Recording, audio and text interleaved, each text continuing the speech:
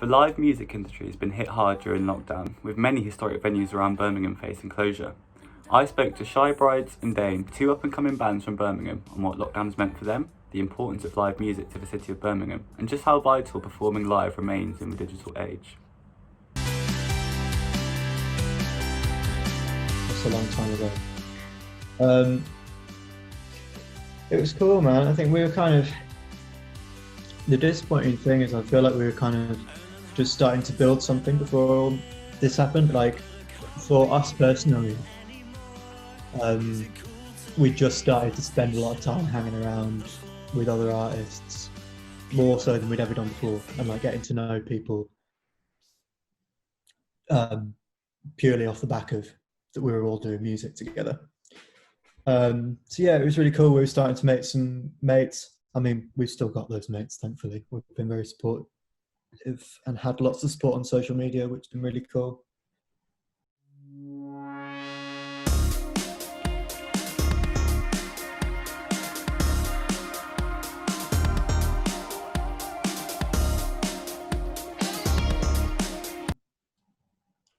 But yeah, the scene was kind of, I feel like, starting to build towards something new, with a lot of young talent coming through, starting to hang out together and, you know, start to vibe off each other and building something.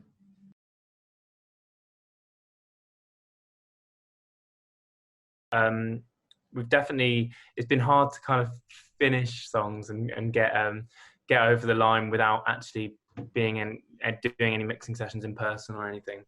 But we've been creating loads, and it's I've kind of tried to learn a lot more about producing myself, so to try and take on a little bit of that. But yeah, it's been really good. We've been doing a lot of stuff on socials as well. Shan, if you want to jump in. Oh no, I was just going to say, yeah, we just kind of building on Jake's point, we've just had to learn a lot of it ourselves. Like especially recording vocals and stuff, I kind of just bit the bullet and use my savings to buy like a nice expensive microphone. Santa, tell me if you're really there. Don't make me fall in love again if we won't be here next year.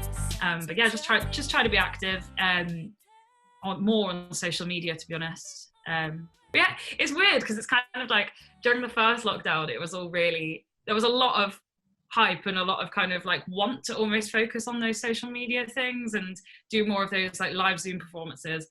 And I think everyone just got a bit fatigued of them. But now we've got a few coming up and we're starting to get the ball rolling again. So.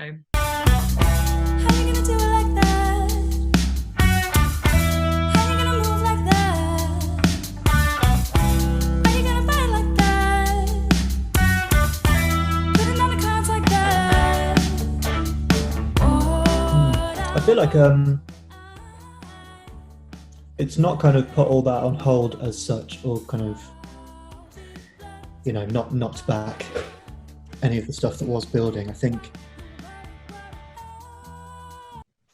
if anything, it's kind of helped to bring people together because we've all had this sort of common thing that we're trying to work through. And having social media at our fingertips, obviously we've all been kind of hanging out there anyway. So we've still been able to support each other and share each other's stuff and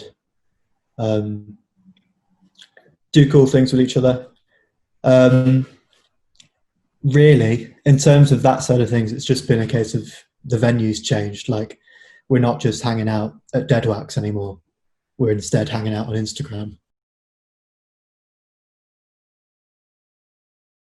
Well, for us, we've just had to kind of rethink our strategy for making music, for putting things out. Like, obviously,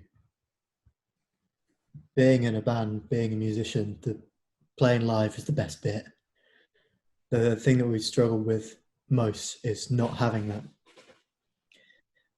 So we've had to focus on other things, focus on online, putting out, you know, various bits of content rather than just thinking about recordings and set lists.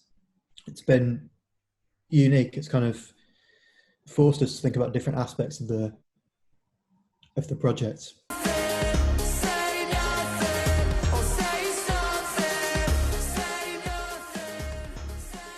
Yeah, just in the age of sort of like Spotify, Apple Music, sort of streaming, social media, just how important is it for an up and coming band to play live, to have their music heard by people sort of actually present at the venue? It's vital, to be honest with you. Gigs are just such an exciting thing because you know there's going to be at least some people there who've never seen you before, and you get a chance to meet new people, talk to new people, just play your songs. It's, you know, things like Spotify and streaming services, there's many pros and many cons to them. I think as a sort of up and coming artist, I think stuff like Spotify, it's such a roulette wheel. Like there's so much chance involved in the people who are going to hear your song and how many people are going to hear your song. You don't know when you put something out who's going to hear it, or if it's going to be pushed out, if it's going to be picked up by the algorithms and whatever. There's a lot more kind of boring detail and chance involved. Whereas with a gig, you can be sure, you know, you're going to turn up, you're going to play your songs, people are going to hear it, they might like it if you do it well. It's really important, I think, to get out and actually engage with people, because people can love the music, but it takes on a whole different kind of meaning and vibe live. I think it's really important to get out and engage, and like as Shan mentioned already, like support slots and just engaging with as much as the audience, other bands, and networking and meeting people that way, I think is super important. But not to obviously sticking out music regularly is still very important as well. I mean, yeah, for me, I know growing up, going to gigs, going to see artists like Katie Tunstall and Lucy Rose, and seeing like a female singer-songwriter on stage with a guitar was super important for me in knowing that, like, hey, that's what I want to do, and not just listening. And it's, you know, going to gigs are some of my favorite. So it's just incredibly important that the live music scene stays alive and it doesn't just become a kind of streaming game on Spotify. Like, it just, yeah, ruins the magic of it.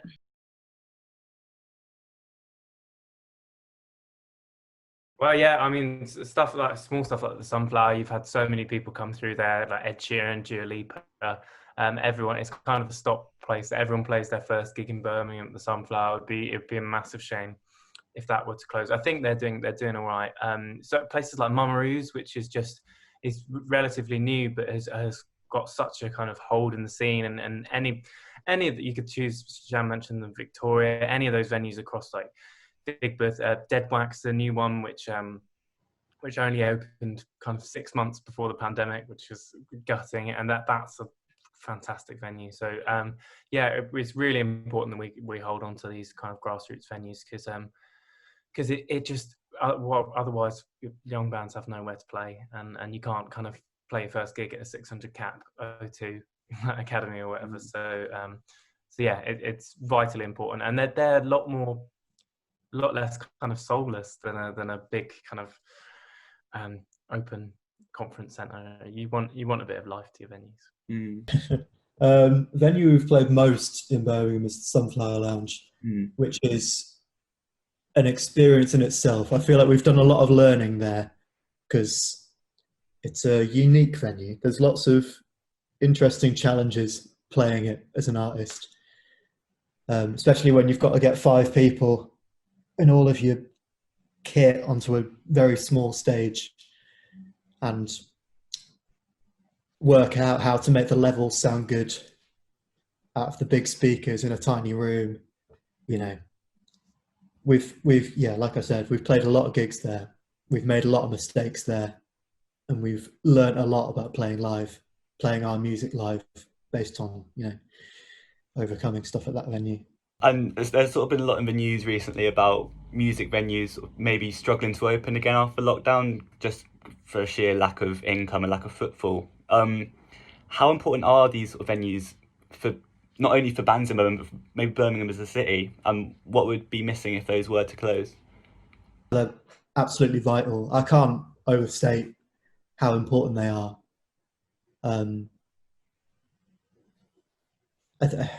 I at this stage, coming up to 10 months or whatever since things closed down, it's hard to kind of put into perspective because you kind of almost can't really remember a lot about it. But Birmingham just has so many great venues that have not been able to open their doors for so long. Like I live in King's Heath in South Birmingham, and we've got Hare and Hounds on High Street, which is like, it's just a classic venue. It's a heritage site.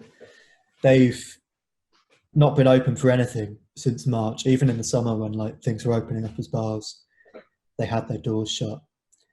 And a venue like that is so special and has so much history. Like everybody has played there.